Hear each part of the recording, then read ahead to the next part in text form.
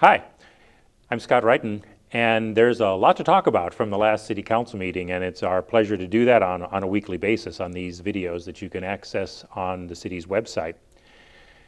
You may have heard that after about 7 2/3 or 3/4 years, Councilman Bill Faber decided to resign from the City Council. Now, he was not planning on running for re-election in April anyway, but the City Council had the task of finding a person to fill the last 3.5 months of his term, which runs through the end of April. And so they looked to the well of people who have previously served on the City Council and arrived at the unanimous selection of Dana Ray, who had gone off the City Council in 2019, but still very active in our community. And so she was sworn in and warmly welcomed by the rest of the City Council at their meeting on Tuesday the 17th. And like I said, she will now serve on the City Council through April, and then that seat will be taken by whatever the results of the April election are. Another item that received a lot of discussion and a lot of attention by the City Council had to do with a decision that the City Council made in May of 2022 regarding the regulation of food trucks. Now, prior to the City Council's May 2022 action, there wasn't a special category of licenses for food trucks. They were simply allowed for 9 months of the year with a special permit, and the City Council sought to encourage, under certain conditions, to have food trucks in the downtown area especially, but in other parts of the city that might not be connected to a festival or large outdoor event or celebration that might be going on. Back in May of 2022, when the City Council was talking about it, they were concerned a lot about making sure that there was some kind of a level playing field with brick and mortar restaurants. And they relaxed that a little bit at the Tuesday, January 17th meeting, taking away a provision that had previously been in the code requiring access nearby to restrooms, and a fee that was dropped considerably to try to encourage more food trucks.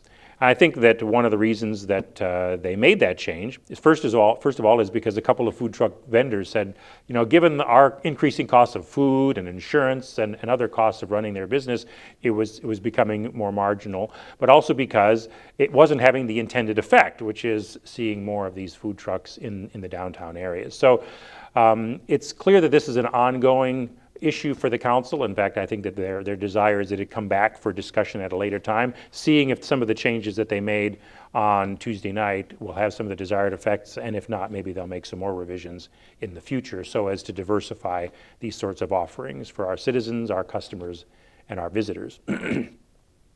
Perhaps given less attention at the City Council meeting was a decision that the council made to adopt a new policy regarding the replacement of lead service lines.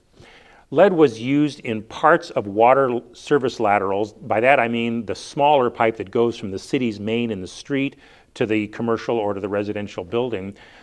In almost all cases, those lateral lines are the responsibility and are owned by the private property owner.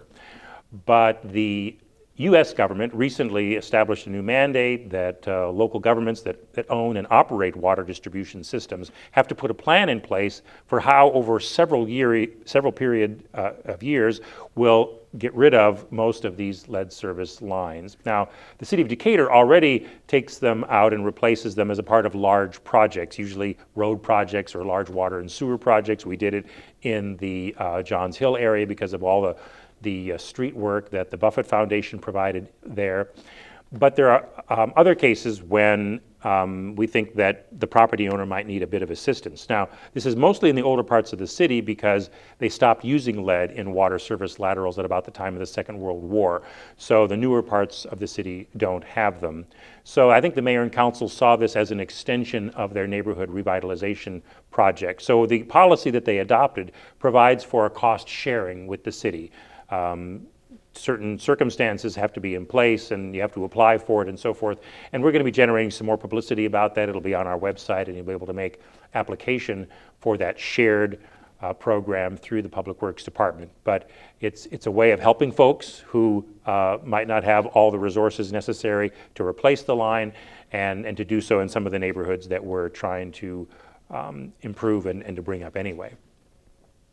The last thing I wanted to touch on in this video was the City Council's decision to adopt an intergovernmental agreement that has already been approved by the Decatur Public Schools for the removal of asbestos and eventual demolition of the Woodrow Wilson building over on Sunset on the west side of the city.